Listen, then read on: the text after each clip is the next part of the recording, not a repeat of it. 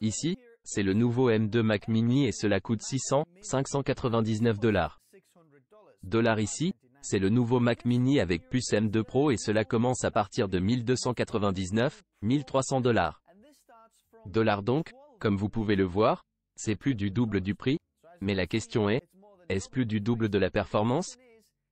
Nous allons le découvrir. Nous allons comparer ces deux et nous allons les mettre tête à tête. Nous allons mesurer les benchmarks de consommation d'énergie CPU et GPU ainsi que certains des benchmarks de montage vidéo, mais plus important encore, découvrons lequel est le meilleur. Conclusion est le guichet unique pour tous vos besoins informatiques créatifs. Avec plus de 20 ans d'expérience, ils ont développé une équipe de service client hautement qualifiée et notée basée ici au Royaume-Uni. Si vous n'êtes pas sûr de votre achat, vous pouvez parler à un expert et vous pouvez avoir l'esprit tranquille grâce à leur service de garantie premium de 3 ans fourni avec leur PC. Utilisez le code TN10 pour obtenir une remise spéciale lorsque vous dépensez plus de 250 livres. Avant votre prochain achat, consultez conclusion dans la description vidéo ci-dessous. Donc celle-ci est la puce M2 de base. Il s'agit donc de 8 Go de mémoire unifiée et 256 Go de SSD. Il s'agit donc d'un processeur à 8 cœurs et d'un processeur graphique à 10 cœurs. Il s'agit du modèle de base qui coûte $599. Un autocollant Apple argenté cette fois, puis le cordon d'alimentation. Il s'agit d'un Mac Mini avec puce Apple M2 Pro. 16 Go de mémoire unifiée et 512 Go de SSD. Processeur 10 cœurs et GPU 16 cœurs. Donc, si nous regardons les Mac ici, quelle est la différence? Ensuite, vous pouvez voir que le M2 de base n'a que 2 Here, what's the difference? Then you can see that the just basic M2 has only 2 ports Thunderbolt tandis que le M2 Pro dispose de 4 ports Thunderbolt. Nous avons un HDMI, 2 ports USB Type A, une prise casque, Ethernet et le cordon d'alimentation ici. Tout le reste de l'extérieur est exactement le même. Nous avons donc configuré le Mac Mini. Sur le côté gauche ici, nous avons le M2 Pro et il est également branché sur le wattmètre mural. Donc, sur cette extension, nous pouvons réellement voir le direct. Pôle de puissance comme vous pouvez le voir 1,8 watts en ce moment. Et puis de ce côté-ci, nous avons le M2 et nous pouvons voir que le ralenti est un peu plus élevé en ce moment. 5.7 pour une raison quelconque. Ainsi, les deux sorties ont été enregistrées sur le HDMI. Donc la sortie HDMI va vers un enregistreur externe mais je viens de réaliser que lorsque j'avais branché le câble Thunderbolt, donc au lieu d'un HDMI j'utilisais le Thunderbolt pour pousser. Sortie vidéo, il tournait en fait au ralenti quelques watts de plus qu'en ce moment. Grâce à HDMI, c'est environ 3,9. Lorsque l'USB-C était sur le Thunderbolt, il était d'environ 6 ou quelque chose comme ça. Permettez-moi de le brancher, voyons ce qui se passe également. Voir instantanément 3.9, 6, 6.4. Comme vous pouvez le voir lorsque le Thunderbolt est branché, il utilise en fait plus de puissance. Je vais retirer ça et puis maintenant. Il devrait redescendre à environ 3,9 ou quelque chose comme ça. Également sur l'écran, ce que vous pouvez voir, c'est que le contour rouge est M2 Pro et lorsque vous regardez dans le coin supérieur, vous pouvez voir les cartes vidéo, l'utilisation du GPU M2 Pro là-bas et vous pouvez également voir M2 Pro là-bas afin que vous sachiez lequel l'un est M2 et lequel est M2 Pro. Comme vous pouvez le voir, M2 dit simplement M2, puis nous avons la RAM. L'utilisation là-bas, puis l'utilisation du processeur là-bas également. Donc, tout d'abord, nous allons exécuter le benchmark du processeur Geekbench 5. Maintenant, les deux sont allumés et regardons également la puissance en watts. 6.8 sur le M2, 7.3, environ 8 watts nous ont tiré dessus. On dirait que le M2 tire constamment un peu plus que le M2 Pro, ce qui est intéressant. 25, 38 pics là-bas. Je vais le faire. Encore une fois au cas où. Donc, en termes de puissance du M2 Pro, j'ai vu le pic maximum d'environ 38 watts là où le M2 se situait entre 20 et 24 watts maximum. Le M2 Pro a obtenu un score unique de 19 036 et un multicœur de 12 036. Fait intéressant, le M2 ici a en fait un score de cœur unique un peu plus élevé que le M2 Pro, ce qui est intéressant mais environ 8 836 dans le score multicœur. Sur l'écran, vous is interesting, but about 8,836 in the multi-core score. On the screen, you pouvez voir certaines des comparaisons avec des puces similaires et M1 Ultra ainsi que le M1 de la génération précédente. Ensuite, nous allons faire un test de navigateur. Compteur de vitesse 2.0 sur les deux. Nous allons commencer. Les deux sont en fait de très faible puissance ici, environ 4,5 watts ou quelque chose comme ça. Si vous êtes sur un système Windows, c'est comme du jamais vu. Sous Windows, ce serait comme 10x, ce qui est très impressionnant. Mais voyons quels sont ces scores ici maintenant entre ces deux machines. Très intéressante encore une fois, le M2 fait 411 contre le 396 sur le M2 Pro. Alors le M2 est plus rapide. Je dois réessayer.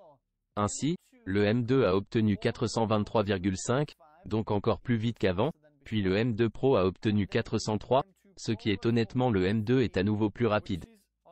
Ce qui est intéressant sachant que le M2 Pro est à peu près le double du prix. Il s'agit d'un seul test maintenant. Nous verrons que le M2 Pro tire environ 39 watts. M2 est de 24 watts. Ainsi, les deux cœurs donnent en fait des puissances assez élevées. Donc sur le M2 notre le processeur tourne autour de 65 à 66 maximum. Ici, sur le M2 Pro, nous sommes à peu près pareil. Comme vous pouvez le voir, 67 à 68 maximum sur certains cœurs GPU. 69 là, j'ai vu. Rien à craindre du tout. 73 degrés maximum ici sur le M2 Pro et nous avons tiré environ 38 watts. Et ici, le M2 est d'environ 70 sur le cœur CPU un maximum. 8610 sur le M2 et 11675 sur le M2 Pro. D'accord, je vais lancer le test de 10 minutes maintenant. Comme tu peux. And 11,675 on the M2 Pro. Okay, I'm gonna run the 10-minute test now, as you can see. Voir le test multicœur de 10 minutes. Ce qui, en gros, nous pouvons maintenant voir si ces systèmes sont indexés comme sans utilisation 10 minutes d'affilée. Gardez à l'esprit qu'il y a une petite pause entre le début et la fin du test en tant que test multicœur ici. Et puis nous verrons à quel point le refroidissement réel fonctionne ici. Nous sommes déjà à 73 degrés sur le M2 Pro. 40 watts tirés de la prise. Nous verrons donc comment les températures vont faire aussi bien que le score au final. Si nous avons des gaz thermiques, peut-être que si le score est inférieur au cours des 10 minutes, nous verrons si les thermiques sont un problème. Les ventilateurs tournent toujours à 1700 Thermin sur le M2 Pro. Le M2 navigue juste là-bas autour de 70 degrés. Le ventilateur est à nouveau juste là et la vitesse de base, voyons s'il tourne même du tout. Fait intéressant, le M2 Pro tire maintenant environ 40 watts. Donc quelques watts en plus. Je ne sais pas s'il s'agit d'une fuite de tension pour maintenir réellement les vitesses d'horloge de la puce M2. 85 degrés sur l'alimentation. En termes de puissance, le M2 est à peu près la moitié de la puissance. 24 et 41 tirant grossièrement l'alimentation à 88 degrés. 89 degrés là-bas. Comme vous pouvez le voir, nous allons dans le rouge. Fait intéressant, CPU Core 1 maintenant, je peux voir 90 degrés ici. L'alimentation électrique y est également à 90 degrés. Fait intéressant, le ventilateur ne s'accélère pas du tout. Comme vous pouvez le voir, le M2 Pro tire maintenant presque 42-43 watts. Il consomme donc plus de puissance et vous pouvez voir que les températures ici sont d'environ 92 degrés 91 degrés sur le processeur. Nous sommes donc assez chauds ici mais les ventilateurs ne se mettent toujours pas en marche. À 1700 Thermin, c'est absolument silencieux. Je n'entends rien du tout des fans. Le M2 ici fonctionne assez efficacement. CPU Core 1, il y a 79 degrés, peut-être 80 degrés de pointe pendant un petit moment. Wow, 95 degrés 94 degrés alimentation 96 degrés là-bas ce capteur. Il fait assez chaud ici. Les fans n'interviennent pas du tout. C'est donc la fin de la dernière course ici. 11637 nous avons donc perdu moins de 1%. Je suis donc très satisfait de la performance même si nous avons atteint 95 degrés quelque chose comme ça. Nous n'avons pas du tout étranglé thermiquement. C'est donc la dernière course pour le M2. Nous sommes à environ 78-79 degrés. Les fans n'interviennent pas du tout. 8607 et encore une fois nous n'avons perdu aucune performance. Nous allons donc également faire le test monocœur de Cinebench R23. Les deux systèmes fonctionnent déjà ici. Le M2 Pro est presque terminé. Le M2 est un peu à la traîne. Donc, Voyons quelles sont les performances d'un seul cœur ici dans Cinebench, car Geekbench a déclaré que le cœur unique était plus rapide sur le M2, tout comme le test du compteur de vitesse. Lorsque l'on regarde la consommation d'énergie lorsque les deux exécutent le test à cœur unique, ils tirent tous les deux environ 10-11 watts. C'est très faible. C'est d'ailleurs toute la consommation d'énergie du système, pas seulement le CPU. C'est comme les ventilateurs, l'alimentation et l'efficacité.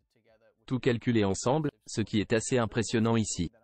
Une autre chose intéressante que je remarque ici est que si vous regardez le M2 Pro et que nous pouvons voir que la quantité de RAM utilisée, nous pouvons voir qu'environ 51% de la RAM est utilisée, puis si nous regardons le M2 nous avons 48% de la RAM utilisée mais le M2 Pro a le double de la quantité de RAM. Il est donc intéressant de garder la RAM utilisée à 50%, peu importe la quantité de RAM que vous avez, soit 8 ou 16, du moins c'est ce que je vois ici dans ce cas. Alors maintenant, ce qui est intéressant, c'est exactement la même chose si vous regardez le M2, nous pouvons voir que le score ici est de 1647 et le M2 Pro est de 1639.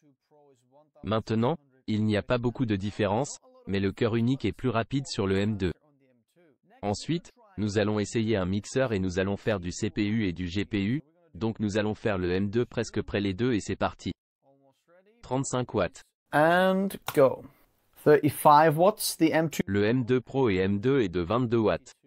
Donc, en regardant les scores ici, le M2 Pro est évidemment plus rapide dans tous les Minster Cine 98 contre 72, Junkshop 57 contre 5. Il doit y avoir une sorte de problème sur le M2 car il ne peut pas être 10 fois plus rapide et M2 Pro n'est pas 10 fois plus rapide. En fait, c'est vrai que Junkshop Cine le fait. Obtenir des scores si bas après avoir fait cette vidéo, je l'ai en fait retesté plusieurs fois, il obtient toujours le même score. Il y a donc un petit bug avec le M2 et même le GPU ainsi que le CPU et le GPU sur le M2 pas M2 Pro qui ne fonctionne pas aussi bien sur un mélangeur. Mais alors la salle de classe est de 44 contre 32,7 ce qui est très intéressant. Faisons maintenant le même test mais Which is very interesting. Now let's do the same test but now. Maintenant, avec le GPU, nous avons un GPU à 16 cœurs et sur le M2, nous avons le GPU à 10 cœurs. Voyons si le GPU utilise plus de puissance que le CPU. Le GPU n'est pas aussi gourmand en énergie en ce moment, nous tirons environ 25 watts ou quelque chose comme ça et 12 watts sur le M2 ou quelque chose comme ça, donc environ la moitié de la puissance. Peut-être pas tout à fait la moitié mais quelque chose comme ça. Donc, comme vous pouvez le voir, le score GPU est beaucoup plus rapide que le score CPU, ce qu'il devrait être. La scène du monstre est de 332 sur le M2 Pro à 16 cœurs, le M2 s'est en fait écrasé, mais la scène de la brocante est de 164 et la salle de classe de 161, donc si nous comparons cela au M1 Ultra avec un GPU à 64 cœurs 4 fois plus de cœurs, mais le score n'est que le double de ce que nous peut voir ici. But the score is only double what we can see here. So donc le M2 avec le score GPU et les cœurs est en fait bien meilleur en termes d'architecture, donc voir le M2 Ultra chaque fois qu'il sortira avec 64 cœurs, peut-être même plus, ce sera assez impressionnant. En même temps ça n'a rien d'impressionnant au niveau des GPU dédiés par exemple RTX 3050 si on regarde c'est moins de la moitié parfois même 3 fois presque plus lent que. Is less than half, sometimes even 3 times almost slower than RTX 3050 qui n'a rien d'impressionnant mais en même temps RTX 3050 vous coûtera environ $350 quelque chose comme ça donc c'est déjà plus de la moitié du prix du M2 mais M2 Pro c'est environ 1300 donc le RTX 3050 vous savez si vous avez besoin de cette puissance GPU, mais comme vous pouvez le voir sur le M2, nous les plantons ici, nous ne pouvons pas obtenir de référence pour cela, mais ce que nous pouvons faire, c'est obtenir un score GPU sur Geekbench 5. Ainsi, le M2 Pro a obtenu le score de métal est de 47011 et si nous regardons le score M1 qui est de 21671, nous obtenons plus du double des performances du M2 Pro que sur le M1 mais le M2 le non Pro obtient 30575, ce qui représente en fait une augmentation d'environ 50% des performances du GPU par rapport au M1, ce qui est assez impressionnant si nous pouvons obtenir ce que vous savez avec le 50% increase in GPU performance compared to the M1, which is quite impressive if we can get that, you know, with the next prochaine mise à jour et prochaine mise à jour. Bravo Apple, faisons aussi OpenCL. Ainsi, l'OpenCL pour le M2 Pro est de 42051, ce qui représente environ la moitié des performances d'un M1 Ultra avec 4 fois les scores du GPU, donc un saut assez impressionnant là-bas. Puis le M2 a obtenu 27 457, ce qui représente à nouveau un bond d'environ 50% par rapport au M1.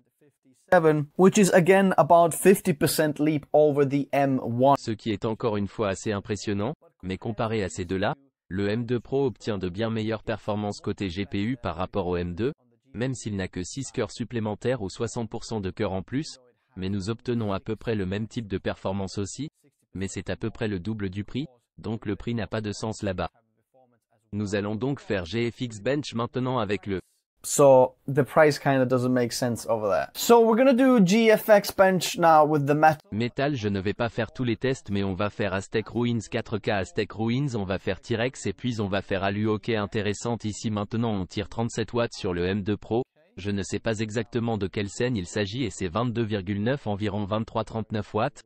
Les résultats sont dans c'est le M2 Pro maintenant et nous allons regarder les ruines Aztec. Là-bas nous avons Okay, the results are in. This is the M2 Pro now, and we're going to look at the Aztec ruins there. We got 3871 images, donc environ 60 images par seconde, et si vous regardez le M2, nous obtenons en fait 60,25 images par seconde, donc en fait, il ressemble exactement aux mêmes ruines Aztec 4K. Maintenant nous avons 78,88 IPS et maintenant le M2 est en fait inférieur à 48 IPS. Le M2 Pro a obtenu 60 images par seconde sur le T-Rex, puis le M2 a obtenu 60, images par seconde sur la scène Alu. Nous avons 61,28 images par seconde. M2 got 60.1 frames per second, and on the Alu scene we have 61.28 frames per second. Sur le M2 Pro et environ 61,29 images par seconde sur le M2, donc le M2 semble être le Mac le plus impressionnant que le M2 Pro après tout le test de vitesse.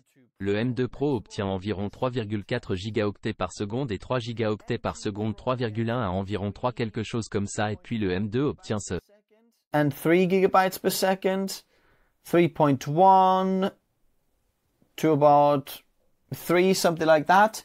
And then the M2 gets, what? 600 en écriture et 1400 en lecture.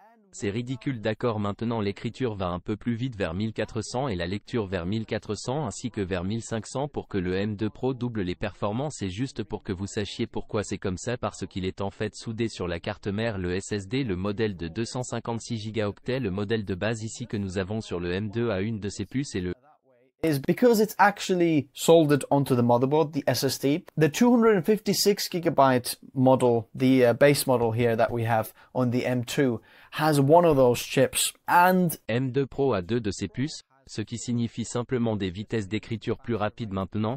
Nous aurions pu obtenir une vitesse plus rapide sur le M2 si nous avions 228 gigaoctets. Vous savez, les puces NAND là-bas. Mais parce que nous ne le faisons pas, nous obtenons des performances beaucoup plus lentes en même temps le temps. Nous devenons encore 3 fois plus rapides que les performances du type SSD SATA. Mais si nous regardons la version Mac Mini Intel de 2019 ou 18, chaque fois que le dernier est sorti, celui-ci avait le double des performances du SSD par rapport à ce que nous avons ici, ce qui semble un peu rétrogradé. Puis le modèle d'entrée est celui-ci. Mais si vous mettez à niveau le SSD à 512 gigaoctets, vous obtiendrez les vitesses plus rapides, mais vous allez payer un prix exorbitant pour la mise à niveau du SSD. Nous ferons également des tests de mémoire ici. Nous avons donc le LPDDR5 16 gigaoctets. Comme vous pouvez le voir, 1 gigaoctet. Faisons le test ici sur le M2 Pro et sur le M2 en termes de performance. Maintenant le Q1 séquentiel MT8, puis le M2 avec seulement 8 gigaoctets à la moitié des performances, à peu près la moitié des performances, et le M2 Pro est le double la vitesse en termes de Q1 séquentiel MT1. On est effectivement plus rapide sur le M2, ce qui est intéressant. Le 4K T8 aléatoire est plus rapide sur le M2. T1, we are actually faster on the M2, which is interesting. The random 4K T8 is faster on the M2 Pro, puis le 4K aléatoire est à nouveau légèrement plus rapide sur le M2, ce qui est des résultats très intéressants, et c'est peut-être pourquoi nous avons également une performance monocœur plus rapide, car la RAM est légèrement plus rapide dans certaines des vitesses de lecture et d'écriture aléatoire similaires sur juste le modèle de 8 gigaoctets, et c'est peut-être pour cela que nous avons les performances monocœur les plus rapides. Donc l'une des dernières choses que je voulais Essayez d'exécuter la référence Puget, la référence Premiere Pro, la référence de montage vidéo sur ces Mac mini maintenant. Cela fonctionne sur le natif que vous connaissez Premiere Pro, donc il ne passera pas par Rosetta. Cela montre vraiment en quelque sorte les capacités de l'ensemble du système car il utilise la RAM, il utilise les encodeurs, il utilise le GPU, il utilise le type de processeur de l'ensemble du package et les résultats sont CPU, kind of the whole package together, and the results are very très intéressants. Si nous regardons le M2, nous obtenons des scores extrêmement bas. Évidemment, lorsque vous êtes un éditeur vidéo dans Premiere Pro, vous n'obtiendrez probablement pas celui-ci et si vous êtes sur un Mac et que vous êtes faire du montage vidéo, vous devriez probablement utiliser Final Cut Pro ou DaVinci Resolve dans lequel ce Mac fera un bien meilleur travail. Mais peu importe puisque Premiere Pro est comme mon du pain et du beurre ici. Je veux voir ce type de résultat. Faites-moi savoir si vous voulez voir les résultats de DaVinci Resolve ou Final Cut dans la section des commentaires ci-dessous. J'aimerais le savoir, mais le M2 Pro obtient des scores un peu plus rapides. Comme vous pouvez le voir, beaucoup de scores sont beaucoup plus rapides que sur le M2, le GPU. Le score est un peu meilleur, le score d'effet est un peu meilleur, le score de lecture en direct standard est un peu meilleur et c'est là que nous voyons comme ces encodeurs sur le M2 Pro au travail et je veux tester cela un peu plus loin avec certains des exportés des tests dans une autre vidéo. Faites-moi savoir si vous souhaitez voir cela, mais en termes de montage vidéo, le M2 Pro est un peu meilleur sur le M2 Pro maintenant si vous regardez le prix, c'est en fait plus du double, vous savez ce que vous obtenez avec le M2 Pro ici, comme vous pouvez le voir, nous avons le processeur graphique à 10 cœurs et 16 cœurs avec le M2 et nous avons le double de la quantité de RAM et doubler la quantité de stockage, mais nous payons également plus du double pour le prix, ce qui est un peu un cauchemar maintenant. Gardez à l'esprit que le M2 Pro a 4 Thunderbolt ports à l'arrière plutôt que 2 que nous avons juste sur le M2 maintenant pour obtenir le double de la quantité de RAM 16 Go. Nous devons payer $200, ce qui est assez cher mais je pense que ce serait une sorte de sweet spot que vous voudriez avoir avec le modèle de base M2 là-bas et en même temps Apple. Je ne peux pas croire les prix des SSD ici. C'est le plus gros prix des SSD arnaque jamais sur la planète Terre. This is the biggest rip-off SSD prices ever on planet Earth. Vous payez $200 pour une mise à niveau de 256 Go maintenant. Je sais qu'il semble que vous obtenez 512 là-bas. Non, 256 vous avez déjà ce que vous obtenez. C'est encore 256 Go et cela vous coûte $200 pour 200. Vous pouvez obtenir ridiculement rapide Gen 4 NVMe. Je veux dire, regardez ce Samsung 980 Pro 2 Teraoctets Gen 4. C'est jusqu'à 7000 mégaoctets par seconde. C'est SND 150X qui Terabyte Gen 4. This is up to like 7000 megabytes per second, right? This is SN850. est l'un des SSD les plus rapides que vous puissiez obtenir pour la génération 4. Il coûte $200 et il est également livré avec un dissipateur thermique et nous payons $200 pour 256 Go. C'est absolument ridicule en même temps si vous l'obtenez et que vous devez obtenir c'est celui dont nous avons vraiment besoin maintenant. Nous payons $1000 et nous obtenons les vitesses SSD plus rapides parce que nous n'obtenons pas seulement le double du montant que nous obtenons plus rapidement et nous payons également des milliers de dollars si vous obtenez cela. Je vous recommande fortement d'obtenir l'Ethernet 10 gigabits si vous êtes un créateur si jamais vous voulez l'utiliser comme une station d'ingestion ou quelque chose comme ça c'est un très bon prix en fait Apple c'est un très bon prix pour un 10 gigabits Ethernet $100 pour ça.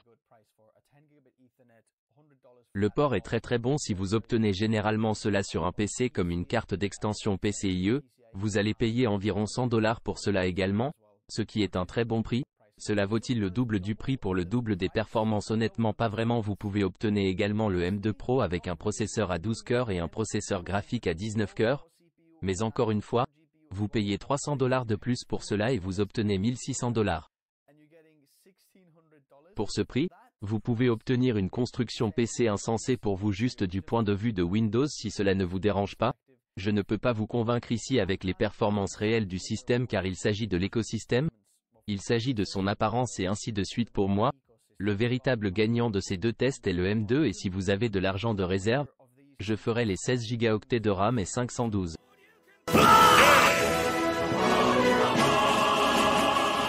And if you have any spare cash, what I would do is get the 16 gigabytes of RAM and 512 gigaoctets de stockage juste pour que vous obteniez les SSD les plus rapides. Maintenant, si vous ne pouvez pas obtenir le stockage SSD de 512 gigaoctets, ne vous inquiétez pas, ce que vous pouvez faire est d'obtenir un boîtier Thunderbolt externe et d'y mettre un NVMe normal et vous allez obtenir beaucoup plus de stockage pour votre argent. Juste si vous ne pouvez pas faire tenir tous vos programmes et choses sur les 256 gigaoctets, c'est quand ça of your programs and things on the 256 gigabytes, that's when it becomes devient un problème. Mais vous pouvez en fait obtenir un stockage externe beaucoup plus rapide que le stockage interne sur le modèle de 256 gigaoctets, ce qui est en fait insensé. Donc la conclusion maintenant entre ces deux Mac mini, la consommation d'énergie numéro 1 est très impressionnante. Maintenant tout le système, ce que je pouvais voir le maximum tiré en l'attachant absolument avec tout ce que je pouvais, est d'environ 70 watts maintenant. Cela pourrait être un peu plus lorsque vous commencez à avoir des écrans Thunderbolt et lorsque vous commencez à charger ou quelque chose comme ça via Thunderbolt également. Alors il va commencer à tirer plus, mais le système tout seul, lorsque le processeur GPU et les SSD et certains des contrôleurs Thunderbolt sont à peu près au maximum, alors nous tirons environ 70 watts, ce qui est pretty much maxed out. Then we're pulling about 70 watts, which is very très impressionnant. Ils sont tous les deux absolument silencieux, ils ne font aucun bruit et Apple veut que vous le gardiez ainsi. Le M2 Pro en vaut-il la peine par rapport au M2? Et c'est là que je dis en quelque sorte probablement pas pour 95% des gens. Si vous avez vraiment besoin de la puissance du GPU, peut-être de la puissance de montage vidéo, alors oui, je vois où le M2 Pro est un peu plus intéressant, mais en même temps, I can see where the M2 Pro is a little bit more interesting, but then at the same time, le M1 Max pourrait être une option encore meilleure pour vous car il a encore plus d'encodeurs et c'est encore mieux dans le montage vidéo. Vous pourrez peut-être l'obtenir encore moins cher maintenant chez certains détaillants. Mais la meilleure option que je ferais est d'obtenir le M2 Mac mini avec 16 gigaoctets de mise à niveau de RAM, c'est tout. Je vais laisser cela dans la description ci-dessous, lequel je vous recommanderais d'obtenir. Puis obtenez un stockage SSD externe si 256 gigaoctets de stockage interne vous conviennent, car vous pouvez l'étendre en externe si vous souhaitez voir tout autre contenu Mac mini. Faites-moi savoir ce que vous en pensez dans la section des commentaires ci-dessous. J'aimerais avoir des nouvelles intéressantes de votre part lorsque l'ordinateur s'est mis en veille. Regardez qu'il n'y a aucun watt tiré de la prise. Réveillons le 3 watts donc quand il se met en veille. Il est en fait endormi, ce qui est fantastique sur les PC Windows quand ils sont endormis. Il tire encore un peu de puissance. Merci les gars d'avoir regardé. Je vous rencontrerai dans la section des commentaires ci-dessous. Au revoir.